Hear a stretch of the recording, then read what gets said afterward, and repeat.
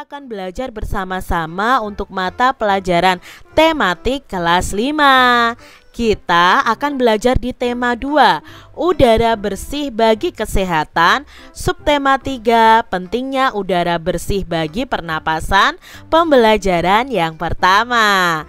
Mari adik-adik yang hebat, kita belajar dengan penuh semangat.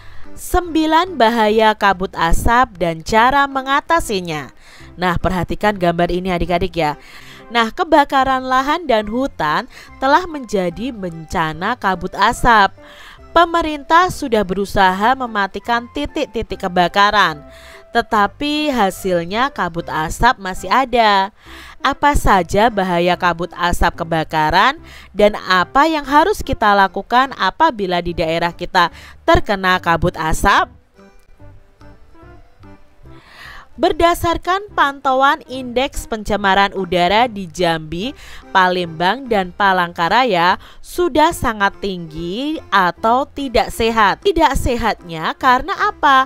Asap kebakaran hutan dan lahan itu menyebabkan debu dan partikel halus hasil kebakaran seperti jelaga. Nah, itu kalau kita hirup berbahaya adik-adik. Saking halusnya, partikel ini akan dengan mudah terisap dan mengotori sistem pernapasan kita. Selain partikel halus, asap kebakaran itu juga mengandung zat-zat berbahaya seperti ozon atau O3, sulfur dioksida atau SO2, karbon monoksida atau CO, dan nitrogen oksida atau NO2. Kabut asap ini dapat mengganggu kesehatan semua orang, baik orang yang kondisinya sehat maupun yang sakit adik-adik. Namun ada orang yang kondisi kesehatannya kurang, khususnya pada orang yang memiliki riwayat penyakit pernapasan, lalu anak-anak dan balita. Nah, kabut asap ini adalah bencana yang bisa mengancam jiwa manusia. Apa saja nih bahaya kabut asap bagi kesehatan kita?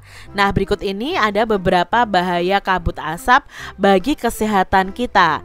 Yang pertama adalah kabut asap ini bisa menyebabkan iritasi pada mata kita, pada hidung, dan pada tenggorokan kita. Lalu yang kedua, kabut asap itu dapat menyebabkan reaksi alergi, peradangan, dan mungkin juga bisa sampai infeksi. Nah, ini berbahaya adik-adik ya. Kabut asap dapat memperburuk penyakit asma dan penyakit paru kronis lainnya seperti bronkitis kronik. Lalu yang keempat, kabut asap itu dapat menyebabkan kemampuan kerja paru itu berkurang dan menyebabkan seseorang itu mudah lelah dan mengalami kesulitan untuk bernapas. Lalu berikutnya, kabut asap ini dapat menyebabkan orang lanjut usia dan anak-anak itu yang memiliki daya tahan tubuh yang rendah akan mudah mengalami gangguan kesehatan. Ya, untuk usia rentan itu anak-anak dan orang lanjut usia ya, itu biasanya daya tahan tubuhnya masih rendah, jadi akan mudah terserang penyakit ya, akan mudah mengalami gangguan kesehatan. Yang keenam, kabut asap itu dapat mengurangi kemampuan tubuh dalam mengatasi infeksi paru-paru dan saluran pernapasan, sehingga kita akan mudah terjadi infeksi pada organ pernapasan kita adik-adik. Lalu yang ketujuh, kabut asap ini dapat memperburuk pernapasan yang sudah ada. Lalu kabut asap itu juga menyebabkan polusi pada air bersih, tanaman, sayuran, buah-buahan, dan makanan yang tidak ditutup. Karena apa? Debu partikel-partikel yang kecil yang halus akan menempel pada air bersih ya, lalu pada tanaman, sayuran, buah-buahan, makanan yang tidak ditutup.